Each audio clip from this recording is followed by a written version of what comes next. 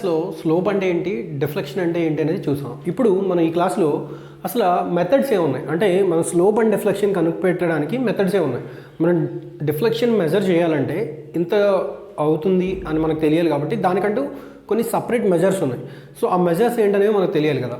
So దాంట్లో first method వచ్చి double integration method.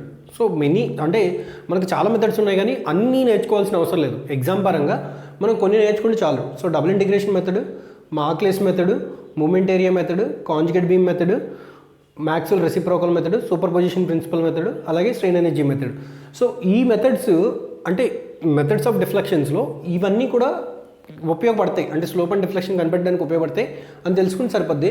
దీంట్లో మనకి ఎగ్జామ్లో ఉపయోగపడేది ఏంటంటే ఈజీగా మనం ఆన్సర్ తీసుకురావడానికి మూమెంట్ ఏరియా మెథడ్ ఒకటి, అలాగే మనకి కాంజుగేట్ బీమ్ మెథడ్ ఒకటి, అలాగే సూపర్ పొజిషన్ ప్రిన్సిపల్ మెథడ్ ఒకటి. ఈ మూడు మాత్రం మనం బాగా నేర్చుకుని సరిపోద్ది. అంటే మిగతావి కన్వెన్షనల్ ఎగ్జామ్స్కి ఇంపార్టెంట్ కానీ మనం కాంపిటేటివ్ ఎగ్జామ్ పరంగా ఆలోచించుకుంటే ఈ మెథడ్స్ ఉన్నాయి, అసలు ఎలా చేయాలి అనేది తెలుసుకుని సరిపోద్ది. అవి లిమిటేషన్స్, వాటి యొక్క బౌండరీస్ అంటే అవి ఎంతవరకు ఉపయోగపడతాయని తెలుసుకుంటే సరిపోద్ది. సో ఈ క్లాస్లో మనం కంప్లీట్గా డిఫ్లెక్షన్ అండ్ స్లోప్స్లో ఉన్న మెథడ్స్ గురించి మనం డిస్కస్ చేద్దాం. So first double integration method. Double integration method మనకి ఏం చెప్పుద్ది అంటే d²y by dx² by 1 plus d²y by dx² power 2/3 అని మనకు ఒక ఫార్ములా ఉంటుంది. సో అందులో 1/r ఈక్వల్ టు ఇది వస్తుంది. So 1/r equal to d²y by dx² by ఇదంతా ఉంటుంది. ఇదంతా కూడా చాలా చిన్న వాల్యూ కాబట్టి దీన్ని మనం 0 చేసుకుంటాం. అంటే ఇది నెగ్లిజిబుల్ 0 చేసుకుంటాం. సో బై 1 ఉంటుంది. 1 పవర్ ఎనీథింగ్ 1 పవర్ 2/3 ఉన్న 1 కాబట్టి సో దీన్ని మనం d²y by dx² equal to 1/rకి ఈక్వల్ అవుతుంది. సో ఇక్కడ 1/r అంటే మనకి ఏదైతే బీమ్ ఇలా బెండ్ అవుతుందో అంటే సర్క్యులర్ ఆర్క్లో బెండ్ అవుతుందో సో దాని నుంచి అంటే ఎప్పుడైతే మనం లాస్ట్ క్లాస్లో డిస్కస్ చేసుకున్నాం, ఎప్పుడైతే కాన్స్టెంట్ బెండింగ్ మూమెంట్ ఉంటుందో అంటే ఓన్లీ ప్యూర్ బెండింగ్ మూమెంట్ ఉంటుందో సో అక్కడ బీమ్ అనేది సర్క్యులర్ ఆర్క్లో బెండ్ అవుతుంది అనుకుంటున్నాను. సో ఈ 1/r అనేది నథింగ్ బట్ నాకు డిఫ్లెక్షన్ అవుతుంది. సో ఎప్పుడు 1/r ఈక్వల్ టు మనకి బెండింగ్ ఈక్వేషన్ తెలుసు, m/e equal to e/r equal to f/y. Bending stress lesson నుంచి మనకు బెండింగ్ ఈక్వేషన్ తెలుసు. సో దీంట్లో నుంచి 1/r తీసుకురావాలంటే m/e ఈక్వల్ టు 1/r అవుతుంది కదా. So m/e equal to 1/r అయింది. సో అదే m/e అని ఇక్కడ నేను సబ్స్టిట్యూట్ చేస్తా, d²y by dx² m/ei. Okay, so ఇప్పుడు దీన్ని d²y by dx² equal to ei equal to m అని రాసుకున్నా. బై ఉన్న mని ఇటు అంటే బై ఉన్న ఈఐని నేను ఇటు తీసుకొచ్చా.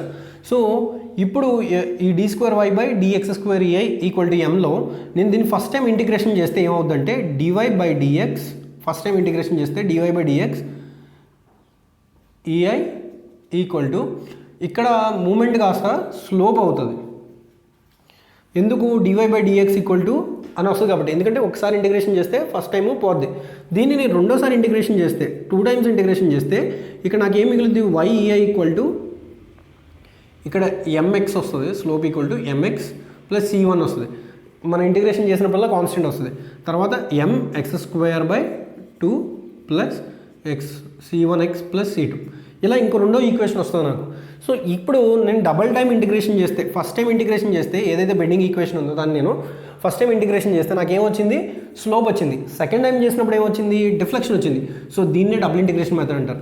బట్ ఇది మనం వాడతామా అంటే ఎక్కువ అంటే సింపుల్ అంటే కన్వెన్షనల్ ఎగ్జామ్స్కి అయితే మనం ఇదంతా డెరైవ్ చేసుకుంటూ వస్తాం కానీ బట్ మన కాంపిటేటివ్ ఎగ్జామ్స్ మాత్రం ఇది కంప్లీట్గా మనం అవాయిడ్ చేస్తాం. ఎందుకంటే ఇది లెంతీ ప్రాసెస్, ఇది చాలా టైం టేకన్, అలాగే లెంతీ ప్రాసెస్ అనమాట. మల్టిపుల్ లోడ్స్ ఉన్నప్పుడు చాలా ఎక్కువ లెంత్ వస్తుంది. సో దీని నుంచి డెవలప్ అయింది అంటే ఈ డబుల్ ఇంటిగ్రేషన్ ఏదైతే ఉందో దాన్ని మోడిఫై చేయగా వచ్చిందే Macaulay's method. Macaulay's method is nothing but modified double integration method. ఇక్కడ ఏమవుతుందంటే ఇక్కడ మనం 2 సార్లు ఇంటిగ్రేట్ చేసి వేరే ఈక్వేషన్ రాసి అలా చేస్తాం. బట్ మార్క్లెస్ మెథడ్లో ఏంటంటే సింగిల్ ఈక్వేషనే ఉంటుంది, ఎన్ని లోడ్స్ ఉన్నా సింగిల్ ఈక్వేషన్ ఉంటుంది. దాంట్లో మనం ఏదైతే బౌండరీ కండిషన్స్ ఉన్నాయో వాటిని సబ్స్టిట్యూట్ చేస్తాం. సో వాటిని కంపాటిబుల్ ఈక్వేషన్స్ అంటే కంపాటిబిలిటీ కండిషన్స్ అంటాం. అంటే ఇప్పుడు ఇక్కడ ఉంది, ఇక్కడ ఏముంటుంది, ఎటువంటి స్లోపు డిఫ్లెక్షన్ ఉండదు. బట్ ఇక్కడ వచ్చేసరికి ఇక్కడ స్లోపు 0 అవుతుంది. సో ఇలాగా డిఫరెంట్ పాయింట్స్ చూసుకొని అంటే బౌండరీ కండిషన్స్ని బేస్ చేసుకొని మనం ఒక సింగిల్ ఈక్వేషన్ ద్వారానే చేస్తాం, కానీ ఇది కూడా టైం టేకెన్ ప్రాసెసే. సో దాని నుంచి వచ్చింది next moment area method. So moment area method అనేది మనకి చాలా ఇంపార్టెంట్ అనమాట, అంటే ఈజీ అండ్ ఇంపార్టెంట్. సో దీంట్లో ఏం చెప్పుద్దంటే A/EI అంటే area of the bending moment divided by flexible rigidity is nothing but మన స్లోప్ అని చెప్పుద్ది. సో ఇది పైన ఉన్న ఏరియా అయితే బెండింగ్, అంటే నీకు ఏ రెండు సెక్షన్స్ మధ్య, ఇప్పుడు ఒక బీమ్లో రెండు బెండింగ్ మూమెంట్ డయాగ్రామ్స్, ఒక బెండింగ్ మూమెంట్ డయాగ్రామ్లో రెండు పాయింట్స్ మధ్య ఏదైతే డిఫరెన్స్ కావాలో అది మనకి స్లోప్ కావాలంటే area of the bending moment diagram, అంటే ఆ area of the bending moment diagram by EI, ఇది నాకు స్లోప్ అవుతుంది. అలాగే area of the bending moment diagram into x bar అంటే centroid from the zero end, అంటే ఎక్కడైతే మనకి జీరో అవుతుందో సో ఆ ఎండ్ నుంచి, అంటే బెండింగ్ మూమెంట్ ఎక్కడైతే జీరో అవుతుందో ఆ ఎండ్ నుంచి ఎక్స్ బార్ వేసుకుని డివైడెడ్ బై EI చేస్తే అది నా డిఫ్లెక్షన్ అవుతుంది అని చెప్పేది మూమెంట్ ఏరియా మెథడ్. సో దీన్ని బేస్ చేసుకుని మనం ఈజీగా స్లోప్ అండ్ డిఫ్లెక్షన్ అనేది తెచ్చేసుకోవచ్చు. సో దీంట్లో మళ్ళీ మనం బౌండరీ కండిషన్స్ చేసి ఇంటిగ్రేషన్ చేసి ఇన్ని స్టెప్స్ ఉండవు, డైరెక్ట్గా ఏరియా కడతాం, బై EI వేస్తాం, మనకి స్లోప్ వస్తుంది. Area into x bar, first moment area వేస్తాం, మనకి EI వస్తుంది. సో అందుకే మూమెంట్ ఏరియా మెథడ్ లేదా మోర్స్ మెథడ్ అని కూడా దీన్ని అంటారనమాట. సో సింప్లిఫై చేయడానికి నెక్స్ట్ వచ్చేది conjugate beam method. So conjugate beam method ఏం చెప్తుంది, నీకు ఏదైతే బెండింగ్ మూమెంట్ ఉందో ఆ బెండింగ్ మూమెంట్ కట్టే. ఇప్పుడు దీని మీద WL/4 అనే బెండింగ్ మూమెంట్ వచ్చింది. సో ఈ WL/4 అనేది కట్టేసిన తర్వాత దాన్ని తీసుకెళ్ళి ఏం చేస్తావు, ఈ నార్మల్ బీమ్ని కాంజుగేట్ బీమ్గా మార్చుకోమంటుంది. సో కాంజుగేట్ బీమ్గా మార్చుకోవడం అంటే కాంజుగేట్ బీమ్ కండిషన్స్ ఉంటాయి, అవి మనం డీప్గా డిస్కస్ చేద్దాం అంటే నెక్స్ట్ క్లాస్లో. సో ఏమైందంటే ఇప్పుడు ఇన్ కేస్ ఇక్కడ నా ఫిక్స్డ్ ఎండ్ ఉంటే కాంజుగేట్ బీమ్లో అది ఫ్రీ ఎండ్ అవుతుంది, ఇటు పక్కన ఫ్రీ ఉంటే అటువైపు ఫిక్స్డ్ అవుతుంది. సో ఇలాగా ఎప్పుడైతే బీమ్స్ అనేవి ఎండ్స్ ఉన్నాయో వాటిని కాంజుగేట్ బీమ్ మార్చుకుని వచ్చిన బెండింగ్ మూమెంట్ డయాగ్రామ్ తీసుకెళ్ళి దీని మీద ప్లేస్ చేస్తాం. సో ఇది హింజ్ అయితే హింజ్లా ఉంటుంది. సో ఇక్కడ ప్లేస్ చేస్తాం. సో ఇక్కడ ప్లేస్ చేసి దీన్ని డివైడెడ్ బై EI చేస్తాం.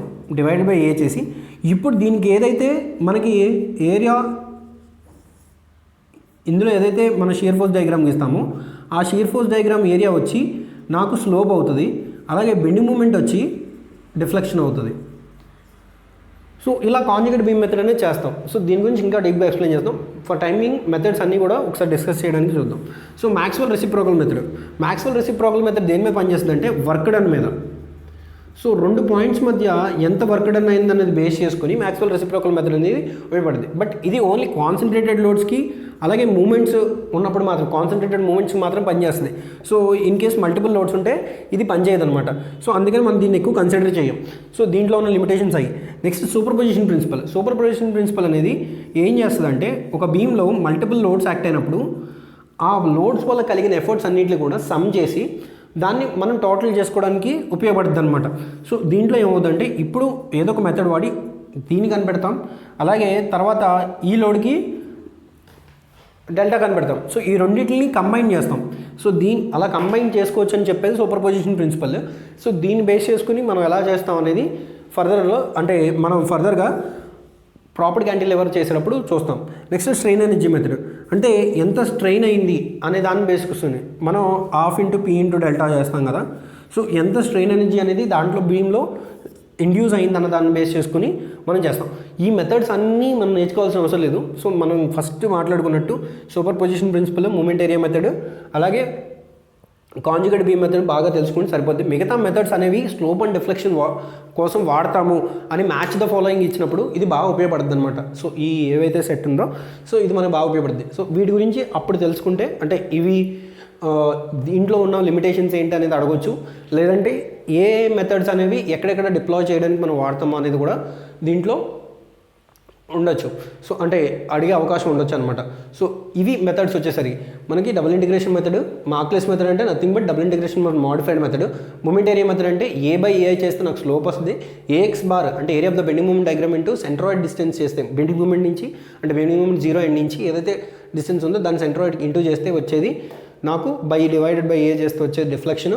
అలాగే కాంజుగేట్ బీమ్ మెథడ్ అంటే ఉన్న బీమ్ని కాంజుగేట్ బీమ్గా మార్చి వచ్చిన బెండింగ్ మూమెంట్ డయాగ్రామ్ని A చేసి దాన్ని నుంచి మనం షియర్ ఫోర్స్ కడితే అది నా స్లోప్ అవుతుంది.